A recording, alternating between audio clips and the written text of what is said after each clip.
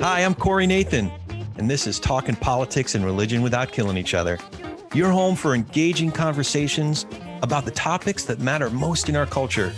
If you love nuance, if you want to better understand different points of view, if you're tired of the screamers taking all the oxygen out of the room, if you'll enjoy edifying, provocative, and fun conversations among high-profile public figures and regular folks like me, you love talking politics and religion without killing each other.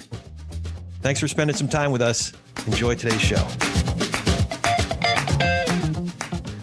Welcome, welcome, welcome. We are talking politics and religion without killing each other. So glad to be a part of this growing ecosystem of principled voices engaging in conversations that matter.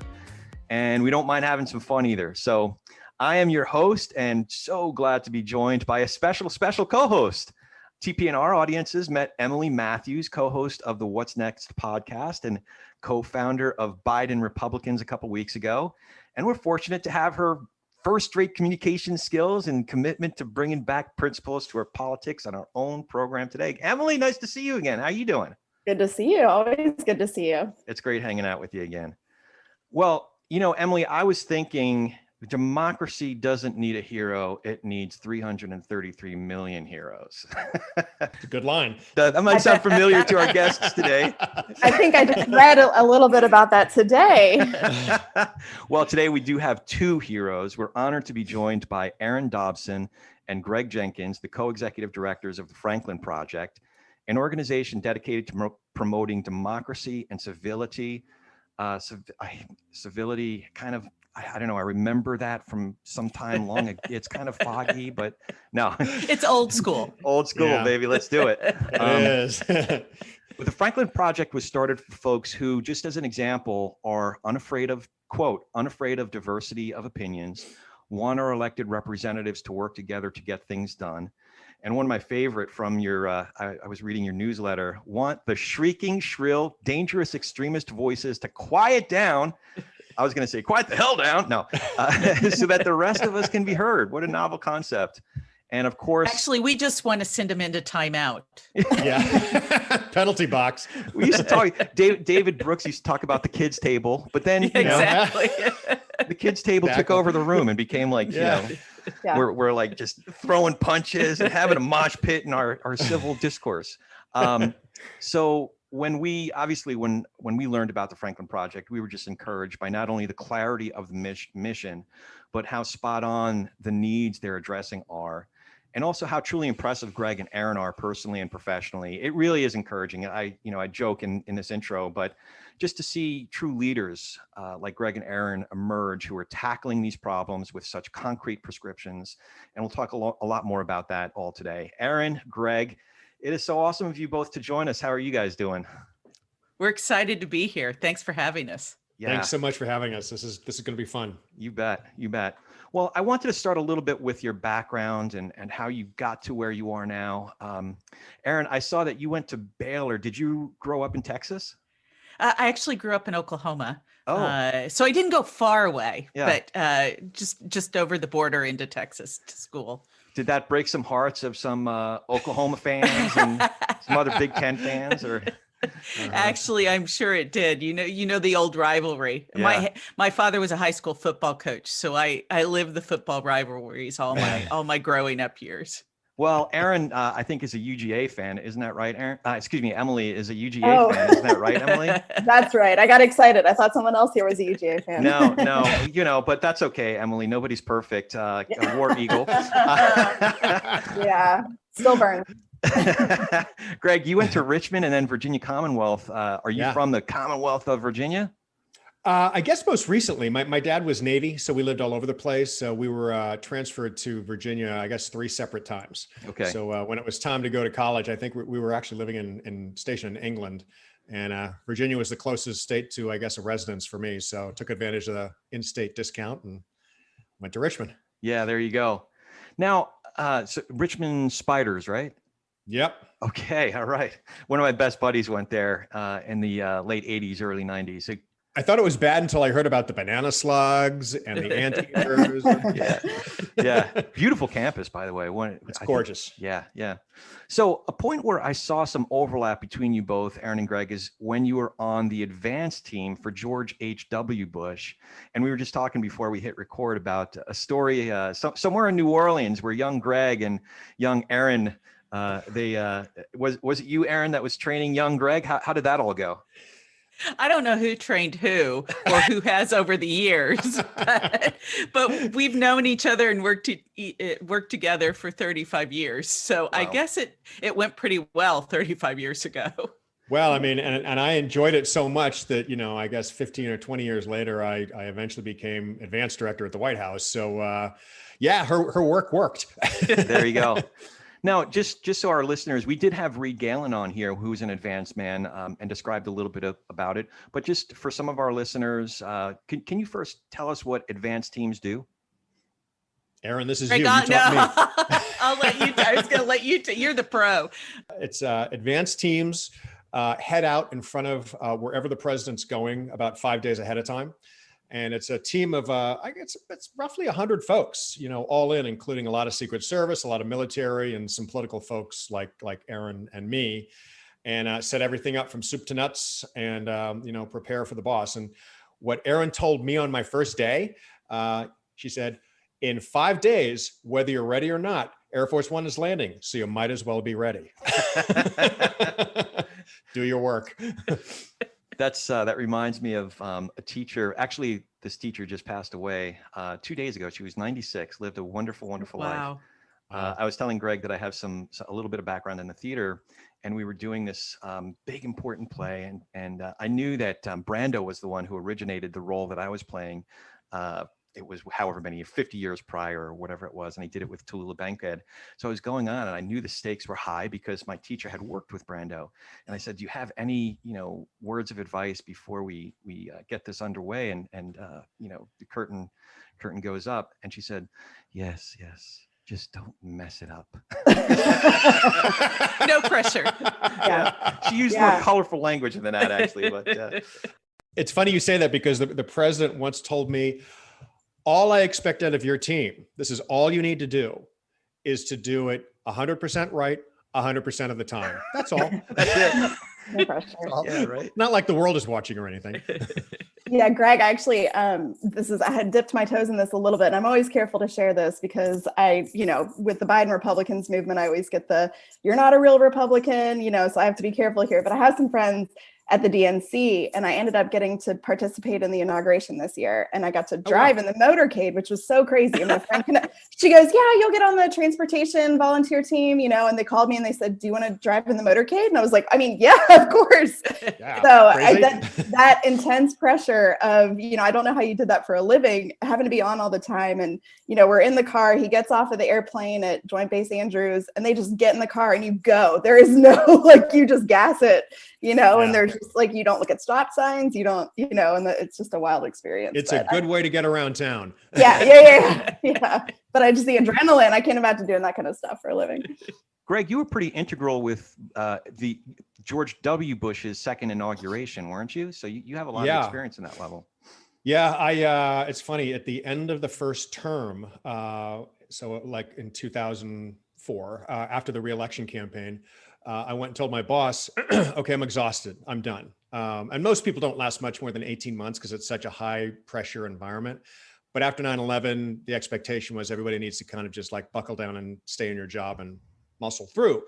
But after the election, I went to my boss and I said, okay, I'm done. I told you I was going to leave after the first term. So, give me the name of the executive director of the inaugural so I can send a bunch of advanced people that person's way.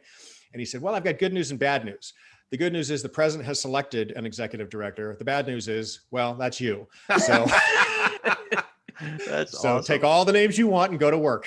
You don't work here anymore. Yeah. Erin, I was intrigued that you both had very high level corporate experience in addition to the political role. So corporate experience with giants, Nike, Coca-Cola, And in politics, one that's close to a couple of our hearts, senior official in Governor Sonny Perdue's administration in Georgia, Emily's neck of the woods. That's right. Actually, Sonny married my husband and I. How No way! Little known fact. Yeah. Oh my gosh. He'd never performed a marriage before, but I was his press secretary or director of communications. And so he wanted to marry my husband and I. Of course, right after we got married, I left the governor's office to go run the G8 summit, which was in Sea Island that year. Man. But no, Sonny and I disagree on many things, but we do agree that with his blessing, I'm still married 20 years later. Well, he's apparently a good officiator because it took. It did take. Yeah, It did take. You know, it's interesting. When I took my first corporate job coming out of politics, that was a time where most corporations said, "Ooh, we don't know what you learn in politics that you could bring to the corporate table to do anything." So the folks at Coca-Cola, who one of them actually came out of politics, she's in Jimmy Carter's White House communications shop.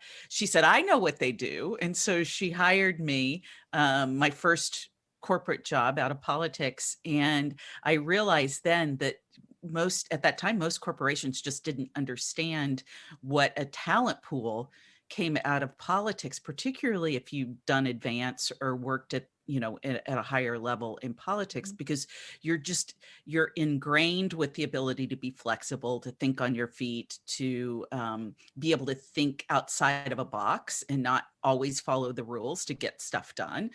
It's more about getting stuff done, asking forgiveness rather than permission. And that was a time when corporate America was kind of going through this need to reinvent itself, particularly on the communications front. Yeah. Yeah. It's a lot like theatrical marketing in that there's a deadline. You have you know what your IP is, a politician or a movie in the theatrical instance, and you have this deadline. It's going to open on November 3rd. Whether you're ready or not. Whether you're ready or not. Curtain's going up. Yeah. Yeah. Emily could certainly, you could certainly appreciate that. You've been on a few campaigns yourself. Yeah. So how do you go? And this is actually for all of you too, Emily. Like we talked a little bit about this a couple of weeks ago, but how do you go for working for longstanding Republican stalwarts like the Bushes, Bob Dole, Sonny Perdue, to working with Howard Schultz? That's a really good question. We haven't gotten that one before. You know what was interesting about Howard? Howard kind of occupied a space that I'll go ahead and speak for Erin because she'll slap me if I get it wrong, that she and I had both kind of gotten to anyway, which is national politics had become so divisive and so ugly and so mean. It became a zero-sum game of winners and losers. There was no room for compromise. Thoughtful people like Rob Portman and Mitt Romney have no place in the world, which is absurd. And then Howard was toying with the idea of national office, not as a third party, but as sort of an independent, where he would say this frequently, I want to take good ideas that the Republicans have and good ideas that the Democrats have and come up with solutions. And that was very, very appealing to me. I probably for Erin too. So I'll go ahead and let her speak to that, but that's kind of what drew me to the whole Howard world. Okay. I think it's interesting. Howard, having been a CEO, came in with a very much a solutions problem solving mentality and not necessarily caught up in ideology or culture wars or any of the pillars that we've kind of drifted to in politics today. He really saw that there was some systemic, serious problems facing our country, and he just wanted to come up with solutions. So I think for all of us that have moved into kind of this no man's land of political affiliation, is that we're driven by solutions. And part of the problem is we're not demanding solutions from our leaders. And that is our responsibility. We can't just give them a pass. We need to require them to come up with solutions. We actually found that there is appetite where we thought there was appetite for a Howard sort of approach. The group wanted to send Howard on a bus trip to a friendly part of the world, East Coast or the West Coast. And Erin and I were like, actually, no, why don't we put this thing to the test? Let's send the man to a red state and see how he does. So we did a 2-day bus tour through Kansas, the whole state from east to west, all the way. And every single place we went, all anybody knew was that, oh yeah, the former CEO of Starbucks is coming to town, and don't quite know what to make of him. And Howard spent time listening and asking questions as opposed to lecturing. And ultimately, you know, it was the best decision probably for all that Howard not continue to pursue it, but he exposed a lot of interesting things from our perspective in the country. It's like, the country's not as nuts as, as a lot of people think it is. There's plenty of people out there that are ready for something else, a little civility, a little, hey, why don't you listen to me for a change and do something with what I'm saying? Right, right. So it's very encouraging. Yeah, no, absolutely. I mean, I think it's really interesting how much of our identity can go into our political affiliation. At least that's very much how it was for me growing up. And I you know, I wouldn't say that my principles have changed, but, you know, in 2016, I ended up, you know, working on Evan McMullen's campaign. This time around, I ended up starting a group campaigning for Biden, which I never thought would happen. I wouldn't have done that if Bernie was the nominee, but I think the country was so thirsty for that common sense, like I can work across the aisle, which, funny enough, you know, when Biden was running, it was putting him at odds with his party, that he had a history of working with Republicans. And I'm just curious, with your background in that, you know, in a different era, like where do you think we went wrong to where just inside of the party, there was a shift that enabled the power grab from Trump? You know, it's a great question. And I think it is fundamental to where we are seeing ourselves right now. This polarization that is happening, has happened, didn't just start yesterday. It didn't just start with Trump. In fact, Trump just became a face of it. It started a while ago, and it started slowly, and it started kind of insidiously, and it happened before people realized it could happen. I actually worked for Bob Dole when he ran for president. And I remember thinking, because my first job out of college was on the Hill. And I remember thinking that back at that time, you know, the senators or the congressmen would lock themselves in a room until they came out, you know, with a solution to the problem. And everybody had to give a little here and take a little there. It was just how things were approached. And I think as we've seen the fragmentation of community and the fragmentation of structure within our local environments, that has just fed and led to where we find ourselves right now. I mean, and Greg can talk to this, you know, for hours about how the rise of authoritarianism actually happens. And it does happen in this insidious kind of way where it is actually right before you realize what has happened over time. Right. You know, it's almost too easy to say, well, Trump is the problem, or Trumpism, now that Trump is gone, is the problem. Authoritarianism, Trumpism is authoritarianism by another name as far as we're concerned. Mm. That is a dynamic that is inflamed by Trump and Trump supporters, but that's not why it came about. Why it came about was way pre-Trump. You know, a large swath of the country felt like they weren't being tended to. They feel like they're alone. They feel like they're disconnected. And a large swath of the country is looking for answers to real problems that affect them. Where Trump was smart was he gave them very simple solutions to very complicated problems. And his solutions have nothing to do with solving the problems. But when you get a nice, clear, crisp answer on one side and a really complicated, very nuanced answer on the other side, and you're hurting, a lot of people say, well, I'm going to go with this guy. And whether it works or not, I mean, I'm going to roll the dice and I'm going to go with this guy. And, you know, it's so there's a problem with the country, not just the people who are spouting Trumpism. So we see the loud voices on the hard right and on the hard left who are dominating the conversation. we're looking in the wrong direction. If we want to solve this situation, we need to start talking to the people who are troubled and give them a voice and let them know that they're not alone, and that the way to approach your troubles is not screaming talking points past each other. It's literally sitting down, learning, listening, coming up with solutions, and moving forward together. Erin and I like to say that we coined the phrase pre-partisan. whether we did or we didn't, we're taking credit for it. But what we like to tell people is, listen, before you were a Democrat or a Republican, you're an American. All of us, we have that one thing in common. So let's take partisanship off the table just for a little while. And let's talk about something else for a while. Do we have anything in common? What are those things? Do we all basically want the same things out of life? Roughly, right? We want a secure life.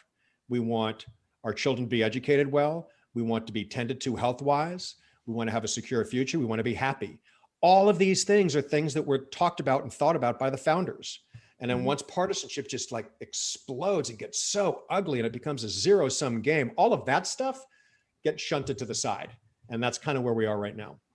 Yeah. I like that you guys touched on the kind of the breakdown of the community and the family, because we talked about that on the last podcast I joined Corey, you guys for, Ben Sass does a lot of talking about that. Just there's no local politics, there's no local community. So people are looking elsewhere for answers. And, I shared this story last time too. I worked for Secretary Rumsfeld in DC. And at the time he was working on the book when the center held. And, he shares that him and it's about President Ford, they were the friends in Congress before he was the president. And, just what a different era it was that, they were out there campaigning hard for him in the 76 election, against Carter.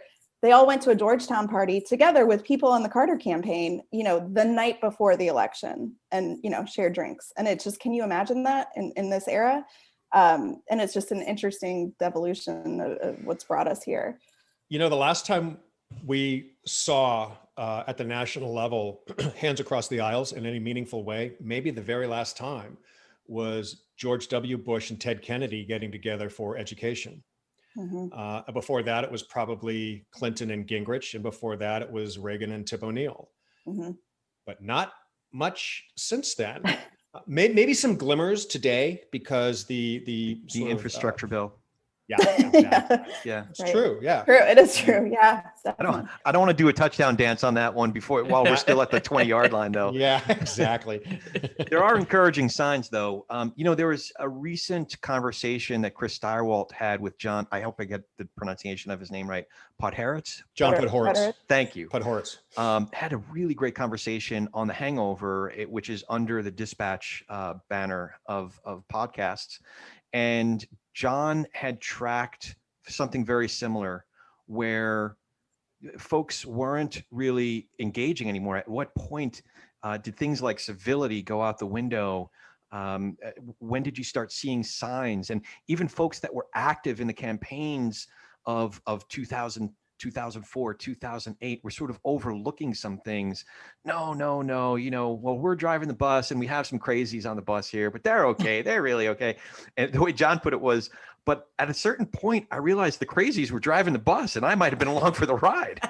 So I'm curious when you started noticing some symptoms that wasn't just out a little bit out of whack, but it was more defining for what used to be the conservative movement or what used to be the Republican Party. How early on did you start seeing some of these symptoms that dominate the party today? And actually, after the 92 election, which obviously we did not prevail. So Erin smartly left DC and I stupidly stayed in DC. And when you're on the losing team, that's not where you're supposed to be. But I stayed there and the only job I could land was at a very conservative think tank. And I didn't know quite how conservative it was. And after a couple of years, I went to my boss and I said, is there anything that we're for? Yeah. or are we against everything? And he kind of smiled. And he was like, you don't seem to understand how this game is played.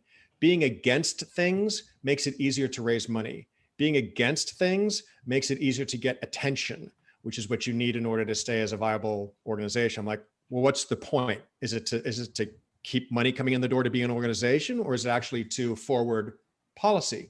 I mean, there was a time not that long ago when the Republican Party was called the party of ideas and the Democratic Party was called the party of obstructionism.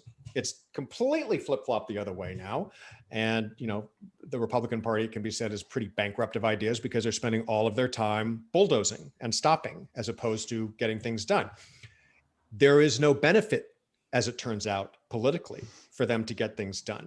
There's only downside if it seems like they're working with the Democrats. And that's an absurd way for a government to operate. Now, how does that change? Is the government going to change itself? Why should they? There's no incentive. Yeah. None. The missing variable in the equation is citizen involvement. And you know, Erin might speak to the Franklin quote and why that's such an animating feature for how we approach things. So when we were trying to determine what to call this movement that we wanted to build and create, there was a Franklin quote that really stuck out to us, which was, you know, when he walked out of the convention hall and they asked, you know, so what do we have? And his response was, a republic if you can keep it. And that wasn't just, you know, Franklin kind of humor. What he was really saying is, a republic, democracy is work. And we as citizens have to do our part and own our part of responsibility in this American experiment. But I want to go back to the question you just asked really quickly. I saw where we've ended up was back in 2003, when I was working for SUNY Purdue that we talked about earlier. And we were trying to replace the flag over the state of Georgia. And that's when the stars and bars were part of the Georgia state flag.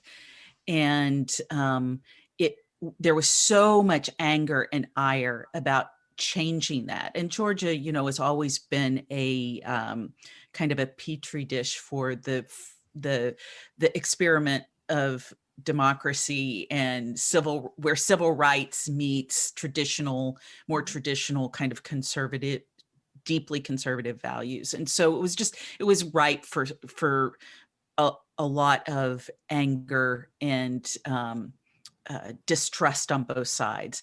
But I think where I started to see the genesis of where we are today is there was a group of very active, very aggressive supporters of keeping the stars and bars within the Georgia state flag. They were so aggressive that they made threats against myself, because I was the spokesperson, against SUNY, against a variety of other people. And in fact, I had to have police protection for a while. Oh, wow. Because it was, and that's where you started to see some of this evolution that was a cause of January 6th, is that those kinds of issues, culture war issues, had become so ingrained in how people saw something as needed as changing the flag, that we had what we have today. So I mean, I think this is not new. It didn't just happen with Trump. It's been coming for a while. Yeah. There was a certain point when you realized that there were certain folks that were fighting for something, but it was almost like they forgot what they were fighting about, and the fight itself became the point. Yes. You know, good way to put it. Yeah, that we just identified who the enemy is. It's not a loyal opposition; it's indeed an enemy. Yeah. Now, unfortunately, it's defined as anybody who's not bowing down to the golden idol of Trump. You know, but I take your point, Greg. It's not just about Trump or even Trumpism. There is this absence. It's almost like a commitment to anti-virtues, you know, like Emily and I are Christians, and, you know, certain verses come to mind that are very clear on what Christian virtues are, but they're common virtues. You know, a lot of folks, even non-Christians, know the quote, the fruit of the Spirit is love, joy, peace, patience, kindness, goodness, self-control. Like any grown-ass adult can agree that those are good virtues, right? But it's like now they're anti-virtues, and being the opposite of all those things is embraced and celebrated because, well, you know, they're the enemy, and we're going to win the fight at all. It's a bare knuckle brawl. It's like tolerance is seen as weakness, and people are being told, if you are tolerant of other ideas that are not our ideas, you're weak, you're squishy, you're one of them. Yeah. So pick a side.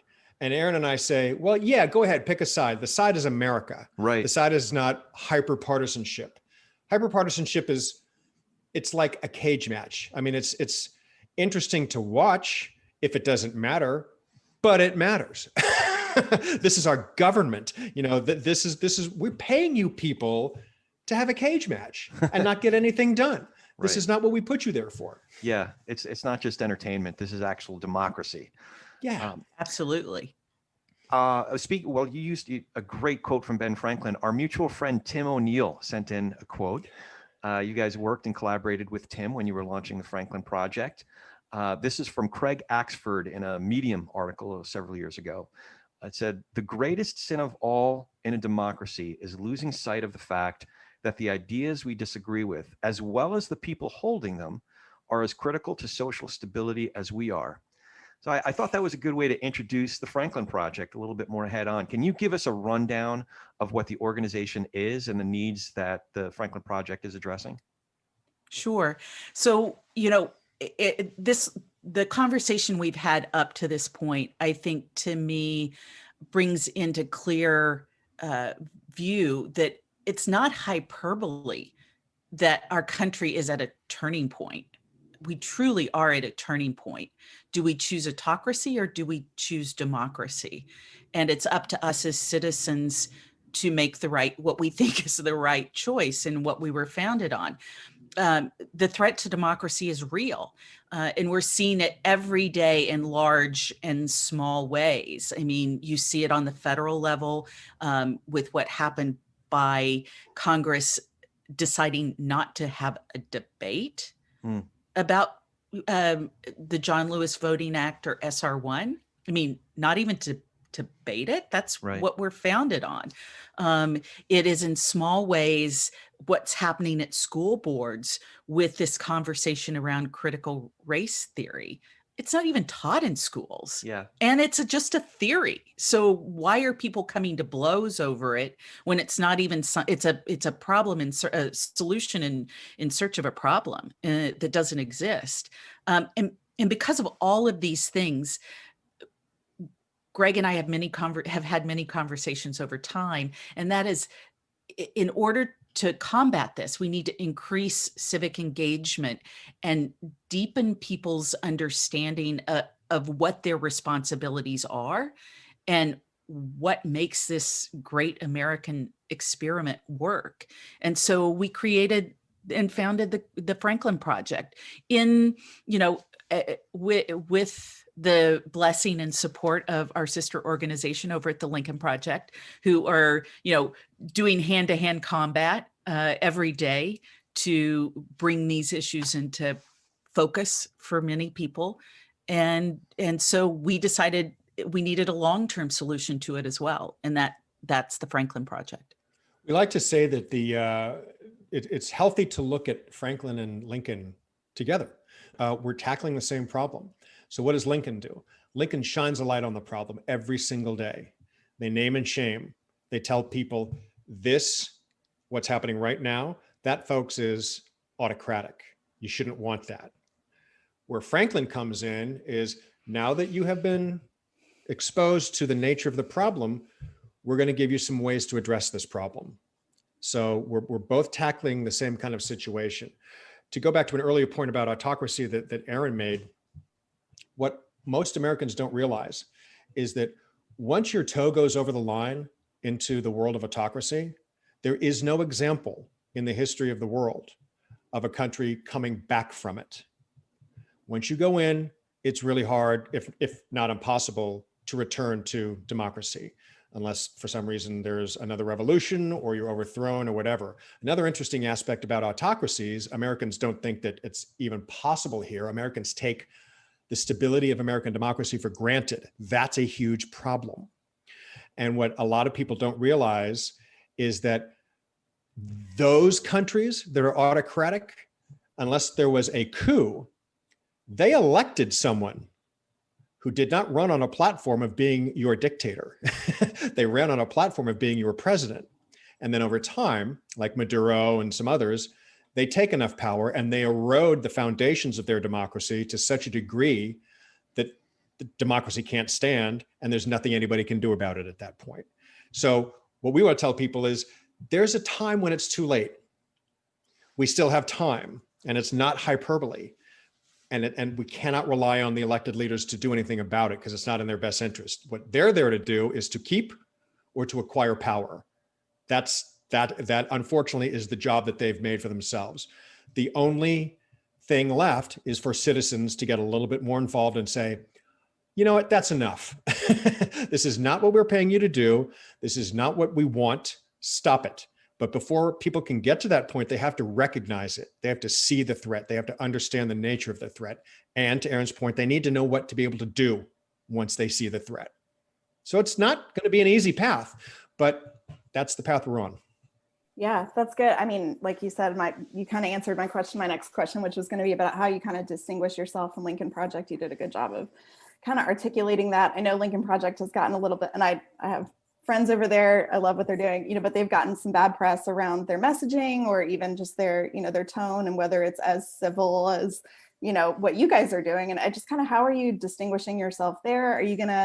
Is the plan to kind of create grassroots involvement, like with the pledge, and have people get involved in local chapters and do more of that action item stuff? Or, we are two separate organizations that share a common goal, which is to fight autocracy and to raise up democracy. And for us, our goal is to increase civil and civic engagement. And so our tone and mission is complementary, but different to what the Lincoln Project is. And, we cheer those guys on every day, just like they cheer on our work every day, because it's both paths are necessary in order for us to shine a light on what the problem and the solution is. We are focused on a solution that entails that citizens are the solution, and holding our leaders accountable is the solution. And that's where we spend our focus. And that most likely takes a lot longer runway to educate and reinvigorate and re-energize people to take back their democracy. Yeah, I mean, I think there's a time for tearing down and a time for building up. So I think it takes all members of the team and the movement that we've, everyone kind of has been in that corner. Are you guys going to get involved, do you think, in the 2022, the midterms or the presidential in 24? We're a 501c4. So by definition, we are nonpartisan. Well, what we can do and what we're going to do. So hopefully if we're able to get people to have a better recognition of what an autocratic thing is, an autocratic proposal, an autocratic bill, an autocratic person, then they won't need us to tell them what to do. At that point, and in 2022, they'll be like, oh, well, that's not what not what I'm interested in as it stands now. And also, the more people are involved earlier, the better chances are that what the candidates that the two parties put up are more reflective of the constituency rather than sort of an extreme binary choice, which is largely the case now. Yeah. I mean, Erin and I have done, between the two of us, 8 or 10 presidential campaigns. And the fact of the matter is, and everybody knows this, is that candidates are chosen by the party activists. Well, where are the citizen activists? So if you get party activists who are most of them are they're very authentic with their ideology. It's just that there are no other voices in the room. So you get hardcore one side, hardcore the other side. This is what we're putting up. That's what we're putting up. Okay, now everybody else, go ahead and pick from those two. But if people were involved a little bit earlier, they can say, that's really not what we're thinking here. So let's have a different conversation and maybe come up with different sort of options for us on election day. If you look at it, it's dismaying. But the people that we put into power, let's say at the federal level, how often do they engage with you? How often do they really give a damn what you think? Every 6 years, every 4 years, every 2 years. That's it. They've all got, Erin worked on the Hill. I didn't. thankfully, I think. Yeah. But they've all got constituent offices, right, Erin? And so they give lip service, when a constituent calls and says they want this, that, or the other thing, but actually they're not interested in having a meaningful dialogue with their constituents once they get into office. Once they're in office, their job is to stay in office, not to get more nuanced thinking, and certainly not to compromise. I think Zoom was the doom of actual town halls. Not that a ton of Congress members were doing real town halls, but I've noticed that communications directors are now able to orchestrate those town halls a heck of a lot more easily. So to your point, Greg, those real interactions and facing real tough questions just isn't happening. At best, there are form letter responses to any number of issues that don't really address individuals' real concerns. You bring up a really, really good example that Erin and I talk about frequently. Let's say we're in the post-pandemic world and congressmen do go back and do weekly district meetings. If Erin and I do our job, more people are starting to go to those meetings. Not just attend, but when they ask a question and Senator so-and-so or Congressman so-and-so gives their perfectly packaged, soundbitey response to a complicated question. What happens now is the constituent says, thank you, and sits down. What we want to have happen is the constituents say, okay, that's an interesting answer. What doesn't get paid for? Where's this money coming from? Yeah. What doesn't get done, if that's what you want to do? What about this? And by the way, can you argue the pros and cons of what you just said? Or are you just going to give me your side of so if we make people a little bit more empowered, yeah, you're going to put pressure on the people that are making the decisions. There also demand that there's a return to in-person town halls. I mean, for too long, we have abdicated our responsibility to require the people we're paying to actually perform their jobs. So it's incumbent upon us to say, no, I don't want a Zoom town hall. I want you to come to the local library or the local synagogue, and we're going to have this meeting face to face. And I'm going to ask my questions of you face to face. I mean, we have to take back our power in this civics experiment that we have going. Erin and I were both communications directors in past lives. It would be great if we could say, Senator, come to your town hall and leave your comms director at home. I'm not interested in that. That's awesome. Well, I've told this story before, I think, on this program when we had Christy Smith on, but I'll give you a great example of an elected official and how she engaged with her constituency. We had about maybe 3 years ago, we had the local home and garden show here in Santa Clarita. And it just so happened that my booth, my company's booth, was right next to Christy Smith's. At the time, she was the state assembly member representing our district.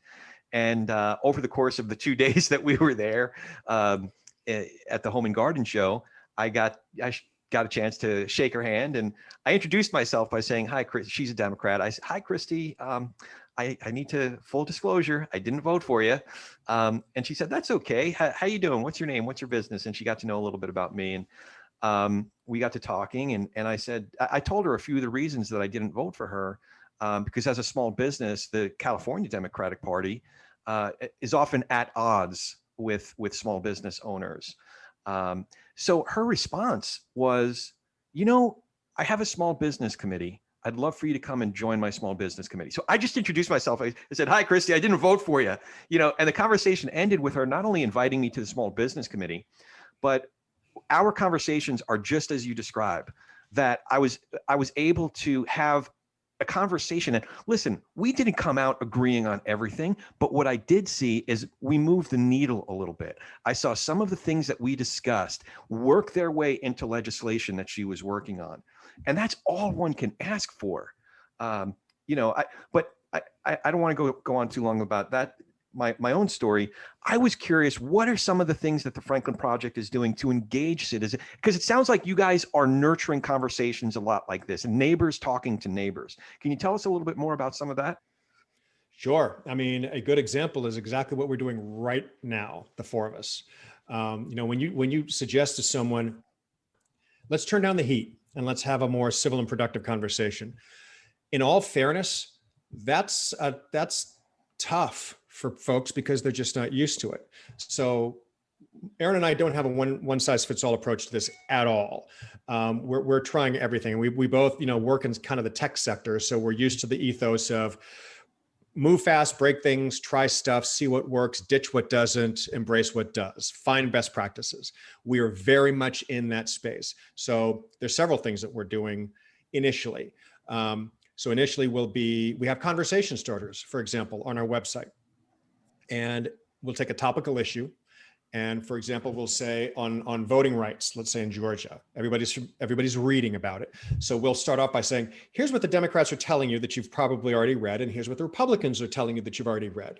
Now let's go a level deeper. Here's what the Democrats might not be telling you, and here's what the Republicans might not be telling you. Let's go a level deeper than there. Here's what some Democratic motivations might be that they're not talking about, same on the Republican side. So dig a little deeper, have a smarter, fuller conversation, and we don't care what side you come out on. Just be a little smarter about it. So that's one thing. Another thing is if Franklin does its job right, it's going to be a lot less from Franklin out to the people and a lot more from the people to the people.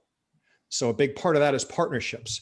When we expose people to partners in this pro-democracy space that are also doing good work, that sort of telegraphs to people out there, oh, it's more than just Franklin. There's lots of people out there, and Franklin is highlighting some of their great work. We're not pretending to know everything in the world. That's ridiculous. And there's plenty of good work out there. So why not take some of it, amplify their work? They can amplify our work. The more people become exposed to the fact that it's actually okay to have a conversation and say, I firmly believe this, but I concede this point. You actually made a really good point, without feeling like a fraud or a traitor. Which is what people feel like. It's absurd. And, there's lots of other things that we're doing. Maybe Erin, there's a few that I'm. Yeah, I think just to start from the very beginning, the first thing we're asking people to do is take our democracy pledge and join our democracy corps. And we feel like people acknowledging that there's a problem and committing to the pledge, or if not, in fact, by signing it on the website, in theory of like, I'm actually going to focus on doing those things in my everyday life, then we feel that allows us to build what we're calling the democracy corps, which is this community of like-minded citizens who are committed to strengthening our civic engagement and learning more about what the challenges we face are, and not just letting it be soundbite answers. So there's really two ways. It's the partnerships and highlighting partnerships, and then it's empowering and encouraging individual citizens to join our democracy corps. That gives us scale to then turn the mirror back on politicians and on our civic leaders and ask tough questions and ask them to be better leaders than they are today. And citizens, people need to feel as though they're not being talked to. They need to feel some skin in the game. And a big part of what Franklin is doing, or will be doing once this, really starts to get some traction, is now you tell us what's working. You tell us what's working. We will then tell everybody else that it's working. And this can be an example for people who are just like you in Des Moines and, Tuscaloosa, all over the place. It should not be a megaphone from Franklin to the world.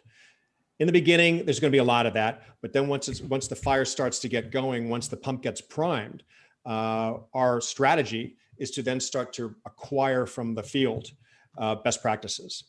People need to see themselves in civic engagement. And if you see your neighbor doing something, or you see another community doing something, then you can put yourself in that and go, that isn't that hard. I can do that. Yeah. And I think that, like leads to like. And if people can see themselves within this effort, then they can then up their game. We all have to man up or woman up in this fight. We can't let it go on much longer.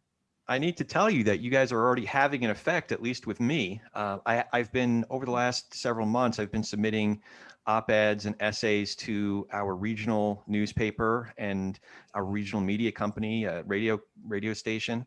And the one that I just submitted as I was prepping for our conversation, the most recent one that I just submitted, I think it was yesterday, was solutions to help end our uncivil war, part one.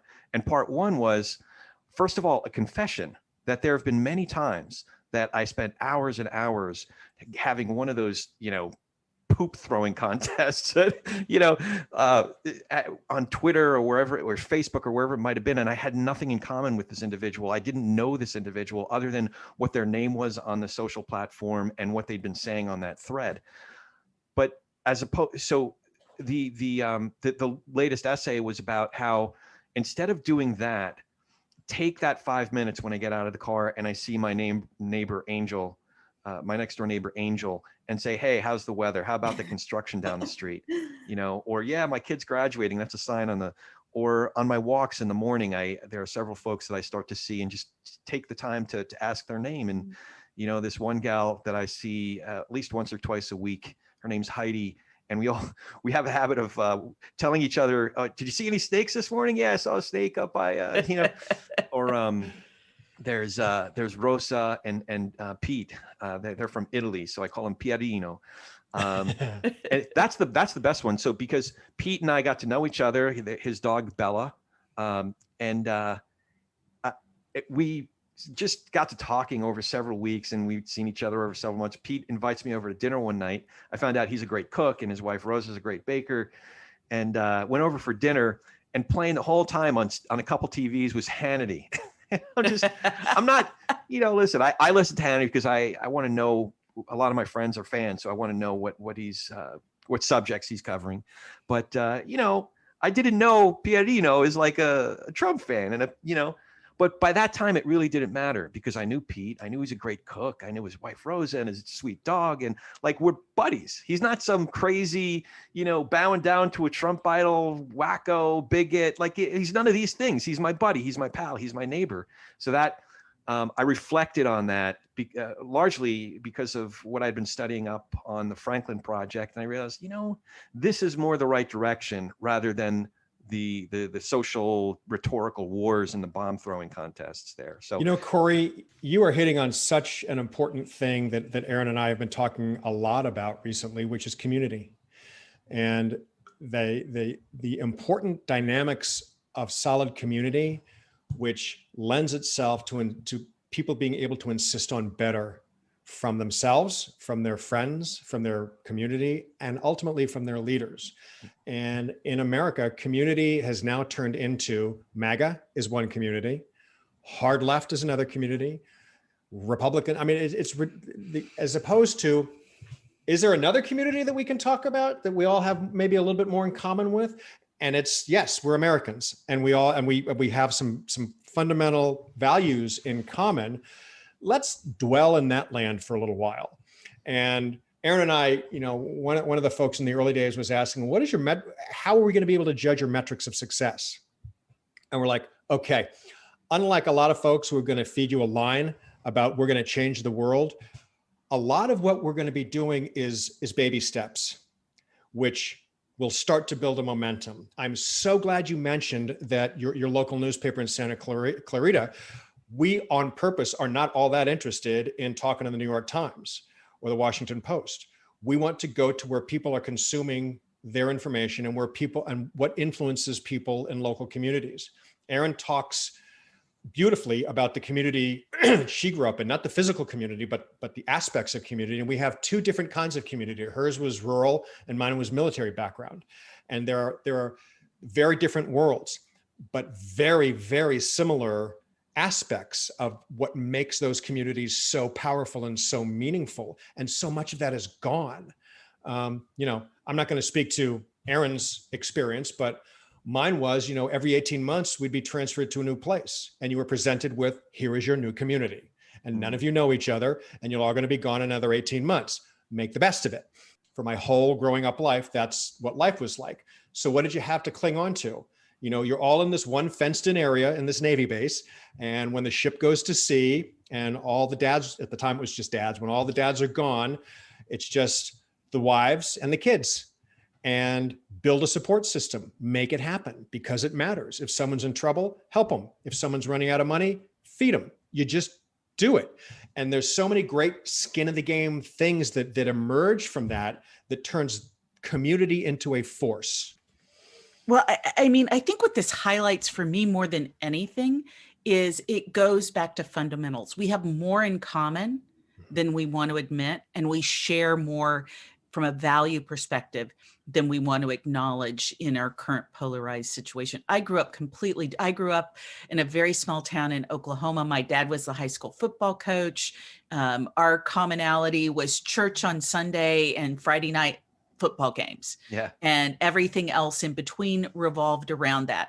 I had extended family all around me. My father having been a teacher, we had the football team that lived at our house. It was just, it was a shared kind of existence that only happens in rural communities, or happened at rural communities at that time.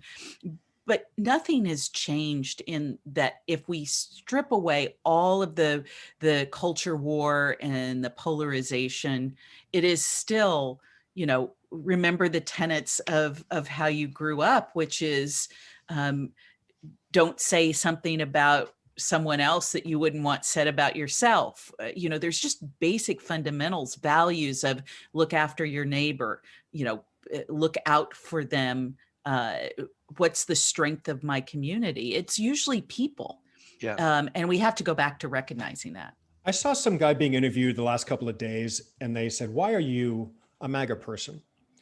And I don't know what I was expecting to hear this guy say, but what he said was actually really, really illuminating and very sad. He said, I became part of that because I didn't have anything else. Nobody was listening to me. I felt alone. I wanted to feel like I was part of something. Now, what he didn't say was, I want to build a wall, or I want to exclude these people, or I want to say nasty things about these people. So there are some motivations that are not, there are needs out there that are not being met. And Erin and I are under no illusions that this should or could be a return to some sort of Norman Rockwell kind of world. That's not the point. And the point is, there are aspects to community, if we can have it, that are so powerful. I mean, her experience and my experience were completely different, but a lot of things in common in terms of the value that we get out of community. And that can be translated. I mean, that gives you scale. That makes you feel like you're part of something. And when you feel like you're part of something, you then feel like you can have an impact, which is what we're trying to get people to think. Yeah. I think, we actually had Joe Walsh on my podcast this week, and it was just released today, but he was talking about, or we both were talking about, the importance of forgiveness and all of this. I think, for me, and well, at least I'm speaking for myself, I've had a lot of bitterness towards the MAGA part of the party that took over. And, it's going to take time to heal those divisions, but part of that is going to have to be me seeing their perspective too. It used to be, try to see the left's perspective, try to, and for me, I think my bigger struggle is with the people that kind of broke our party apart. And I just think that's kind of an important thing, but that goes along with what you're saying about loving your neighbors, eating together, finding common solutions, and seeing them, seeing their humanity as well. Emily, what did we forget to ask? I feel like we covered a lot of ground, but I also feel like we could go on for another couple hours at least, just talking about all this stuff. I'm sure we forgot a couple things. What did we forget, Emily? Let me see. How can we find each of you guys? Are you guys on Twitter? What can our listeners do to support the Franklin Project and support you guys? Sure, thank you. Well, I would say first go to franklinproject.us. Take the pledge, at least read the pledge, and commit to doing those things. That's all we ask, is for people to start thinking about, where do I show up? So franklinproject.us. And Greg, you had mentioned that there was a special campaign for 4th of July. Yeah, so starting on Monday through the 4th of July, we are highlighting the work of other organizations that are doing some really terrific stuff in the pro-democracy space and the civics space. So on Twitter, we're at Franklin Proj, PROJ US. On Facebook, we're at the Franklin Project US. And on Instagram, we are at franklinproject.us. Excellent. And Emily, actually, we forgot to ask one of the big questions. Do you have any questions for us? okay. Actually, yes. Oh, okay. Oh, crap. I mean, Okay. no, actually, if we're true to ourselves, that we don't want to be the only ones talking.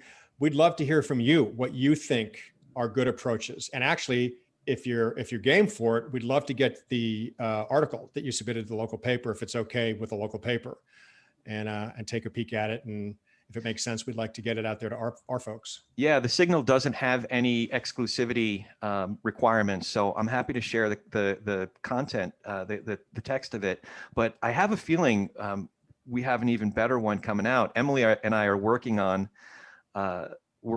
collaborating on something together. It's loosely titled, "Can We as Christians Vote for a Democrat?"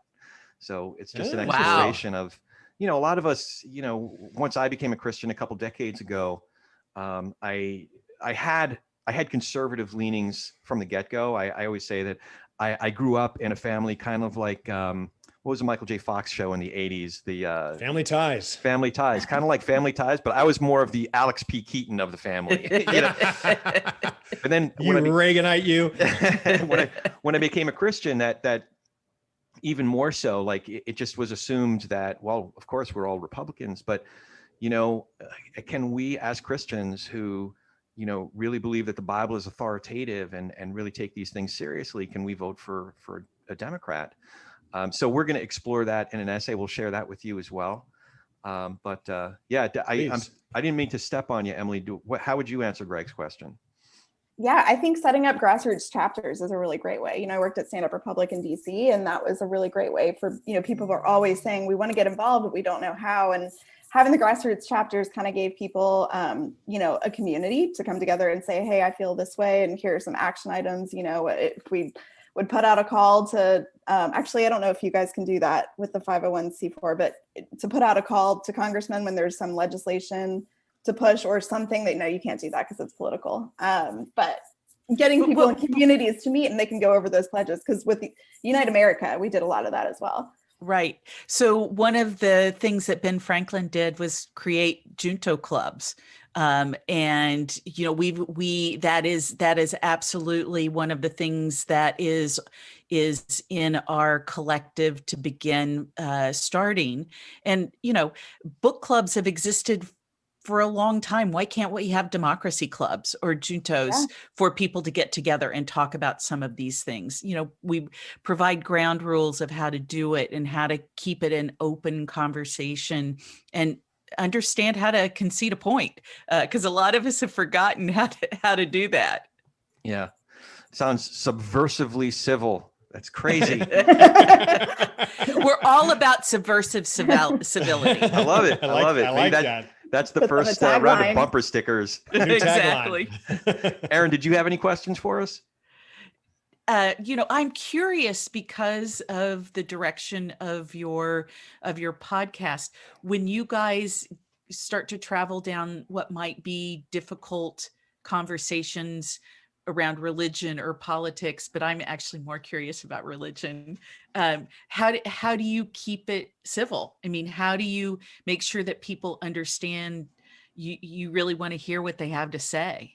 Yeah, that's actually a question for Corey. I'm actually just guest hosting today, but I have my own pod, What's Next, which goes into the different strategies for kind of reclaiming a healthy GOP. But it's been fun to join. Emily, today. but you have a great story too at the intersection of religion and politics. I mean, we have these conversations in our churches, and sometimes it goes better than others. But this, in a way, this conversation started about 20 something years ago when I first became a Christian. I grew up in a very observantly Jewish household.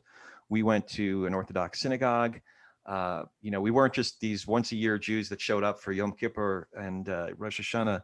We kept kosher and Shabbos and the whole Ganze Megillah, as they say. So when I told my dad, I told both my parents, obviously, but when I told my dad, it took a while for us to even start talking about it. I'm going to get emotional talking about this.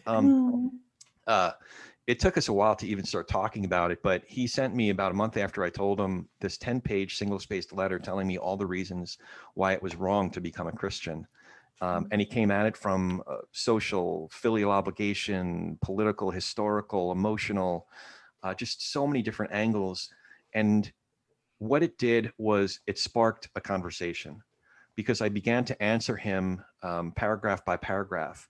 And before I could get to the end of the letter, he had responses to my responses. And we just got to talking. And, I think that we're a heck of a lot closer in our beliefs, because one of the things that we did along the way was, he would send me, we would send each other literature so that we had a common reference point to have the next conversation. And at first, listen, admittedly, it was much more hard hitting. One of the treatises he sent me was, "You take Jesus, I'll take God." It's like, but over time, he's read the New Testament. He's read C.S. Lewis. He's read N.T. Wright. He's read some great Stanley Hauerwas. I've read one of my favorite non-Christian Jewish theologians, Heschel, is just such a treasure trove. And, what's happened is there are things that we still disagree on, like the whole Jesus thing is pretty central. I would imagine. But, even my dad's view of Jesus at this point is really nuanced. He doesn't think that he was the Messiah, but he thinks he was a Messiah candidate. And he thinks that he was a prophet in the spirit of Isaiah and Jeremiah. Like, he has such nuanced views, as do I, about, I think that I might have been more fundamentalist in my views if it wasn't for my conversations with my dad. And I think that's a good thing. I can still be an evangelical without being a fundamentalist. So anyway, that's kind of a longer answer to your question, but that is really great training, to have those hard conversations. But if we're committed, okay, this is the short answer to your question. My father actually had it. He said at a certain point, he realized he was more committed to the relationship than he was to being right about a certain point, even something as That's important. amazing. Yeah, that's good. That's great. Even something as important as me being a Christian or not. So that's the short amazing. answer. Yeah. Did you see General Milley's response I did. yesterday? Oh man, how amazing that was. It was so amazing to have someone of his stature say, I've read Lenin. Yeah. Marx that does not Engels make read, yeah. Marx.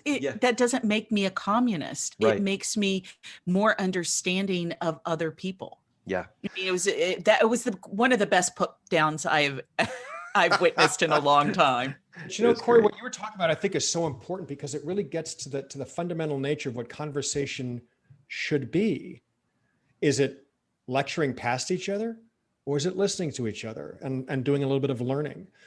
For a couple of years, my roommate was a Calvinist. Well, he still is a Calvinist, but for a couple of years we were roommates. He's a Calvinist. I'm Catholic, questioning Catholic. But he felt the need to convert me and to get me to abandon Catholicism.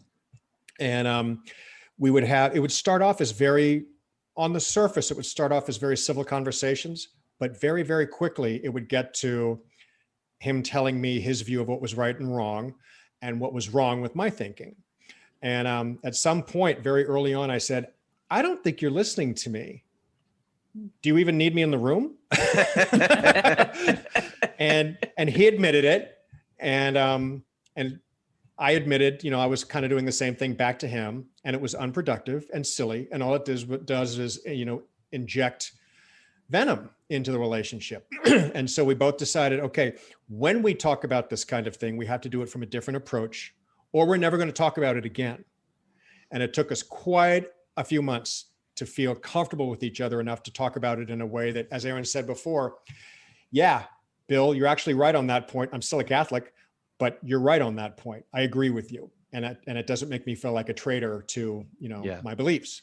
And it took him a little while longer to get to the same place, admittedly, but that's what we feel people should be given permission to be able to do. It's not a game of winning and losing in a conversation. It shouldn't be, but that's what it is. It should be about, I really want to understand your position. I'm less concerned about my position. I know what my position. I want to understand your position, and I'm not going to try and change your mind. I want to hear. I want to understand. It requires a different skill, though. It requires what's referred to as active listening.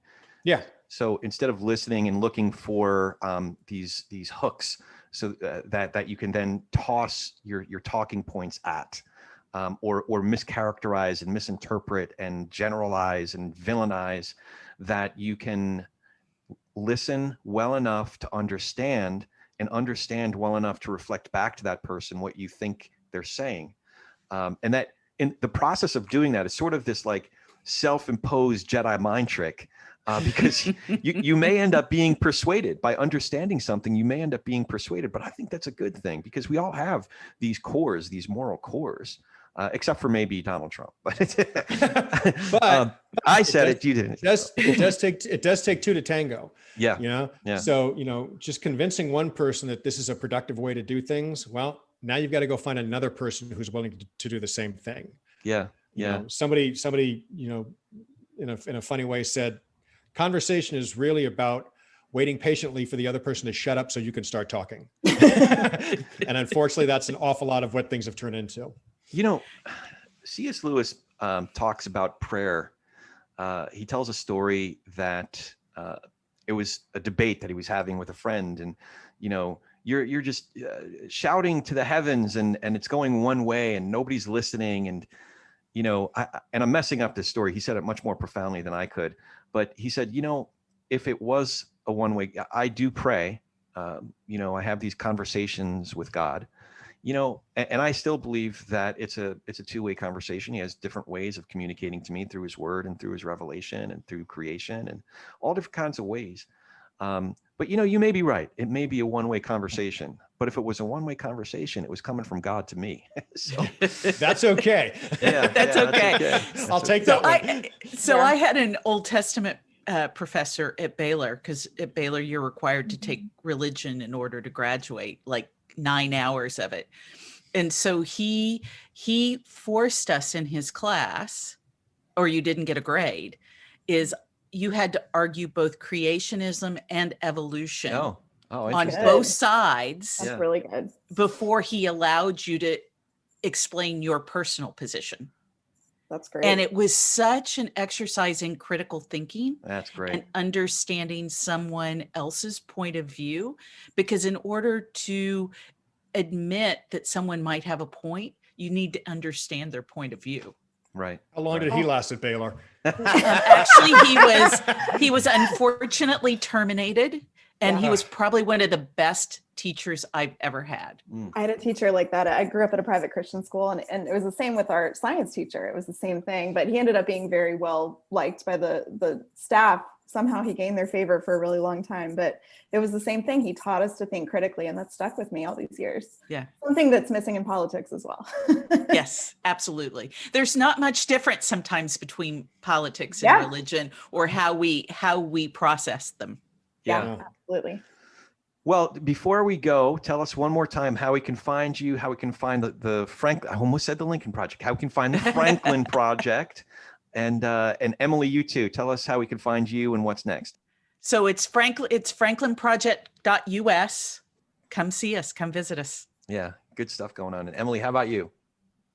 What's Next Pod. It's on Twitter. It's at what's_next_pod. And you can find our podcast on any podcast platform. Comes out every Thursday. Terrific. This is such a edifying conversation, subversively edifying and subversively civil. It was awesome. And look, we're all still smiling. Yeah, we're all still smiling. So as always, if you like the show, please hit that subscribe button, leave us a review and comments wherever you get your podcasts, and give us a shout on Facebook, Twitter, Instagram, and LinkedIn. We'd love to hear from you. Thanks again. This was great. Thank you so much. Thank you. Thank you for joining us today. If you appreciate what you've heard here, please go to iTunes or anywhere you get your podcasts, give us a 5-star rating and leave a review. That really helps move us up the chart so others can find out what we're up to here. For Ronnie Nathan, I'm Corey Nathan, and we've been talking politics and religion without killing each other.